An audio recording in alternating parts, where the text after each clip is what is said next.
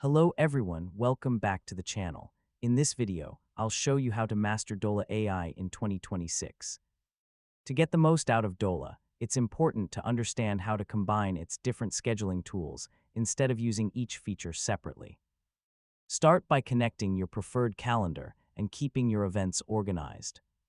Make sure important meetings, appointments, deadlines, and personal activities are all represented accurately in your schedule. Next, use natural language commands to create events quickly. For example, instead of manually entering every field, you can tell Dola, schedule a client meeting next Tuesday at 3 p.m. for 1 hour, after Dola prepares the event. Review the details before confirming it.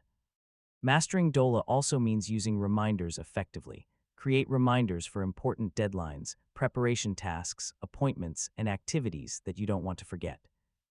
Avoid creating unnecessary reminders that could make your schedule harder to manage. Recurring events are another powerful tool. If you have activities that happen every week or month, create them as recurring events when supported. This reduces repetitive calendar work and keeps your routine consistent. You can also combine time blocking with your calendar. Reserve focused periods for important work, study, planning, exercise, or personal activities. Make sure you leave some free time so your schedule remains flexible.